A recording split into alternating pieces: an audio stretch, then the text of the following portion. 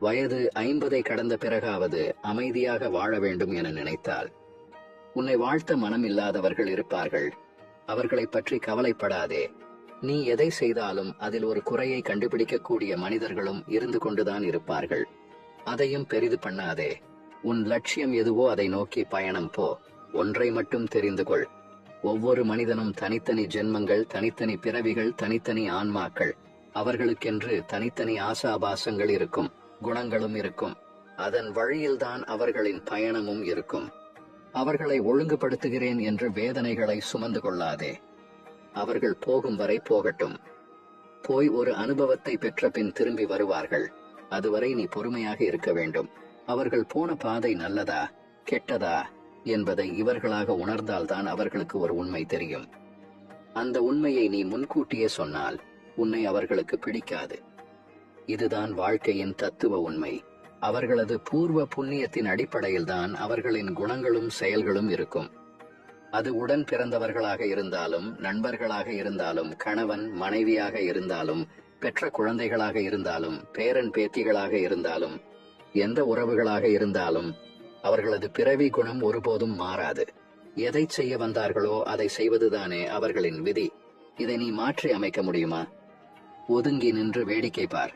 வந்த பாசத்தில் உள்ளே விழுந்து அறிவுரை சொல்லுகிறேன் என்று கெட்ட பெயரை சம்பாதித்துக் கொண்டிருக்காதே. அவர்களுக்கு அனுபவம்தான் குரு. செயற்கையாக ஒரு குணத்தை உருவாக்கி உன்னிடம் அன்பை காட்டினாலும் தான் யார், தன் குணம் என்ன என்பதை ஒரு நாள் வெளிப்படுத்தி விடுவார்கள். எதையும் ஏற்றுக்கொள்ளும் பக்குவத்தோடு இருந்து கொள்ள பழகிக்கொள். நாம் வந்து போகும் உலகத்தில் பிறந்திருக்கிறோம். அவரவர்களுக்கு என்ன வேஷம் கொடுக்கப்பட்டிருக்கிறதோ அதைத்தான் செய்து கொண்டிருக்கிறோம். எல்லையில்லாத அன்பை வைத்திருந்தேன், என்னை ஏமாற்றி விட்டார்கள் என்று புலம்பிக் கொண்டிருக்காதே. கடலுக்கும் ஒரு எல்லை வைத்திருக்கிறான் கடவுள். நீ உன்னை எப்படி வைத்துக் கொள்ள வேண்டும் என்று நினைக்கிறாயோ அப்படி வைத்துக்கொண்டு வாழ பழகிக்கொள். அதில் நன்மை வந்தாலும் தீமை வந்தாலும் உனக்கும் ஒரு அனுபவம் கிடைக்கும். அதை வைத்து உன்னையும் திருத்திக் கொள்ளலாம். இன்பமானாலும் துன்பமானாலும் அதை நீயே சந்திக்க கற்றுக்கொள். அதை பகிர்ந்து கொள்வதற்கு ஒரு துணையை தேடாதே. நீ பெண்ணாக இருந்தாலும் ஆணாக இருந்தாலும் வரும் துன்பத்தை எதிர்கொள்ளக்கூடிய ஆற்றலை உருவாக்கிக்கொள். மனிதன் மீது வைக்கும் நம்பிக்கையை விட இறைவன் மீது வைக்கும் நம்பிக்கையை அதிகரித்துக்கொள். உன் கண்ணீரும் உன் கவலையும் உன்னை பலவீனமாக காட்டிவிடும். அழுவதாலும் சோர்ந்து போவதாலும் ஒன்றும் நடக்கப் போவதில்லை.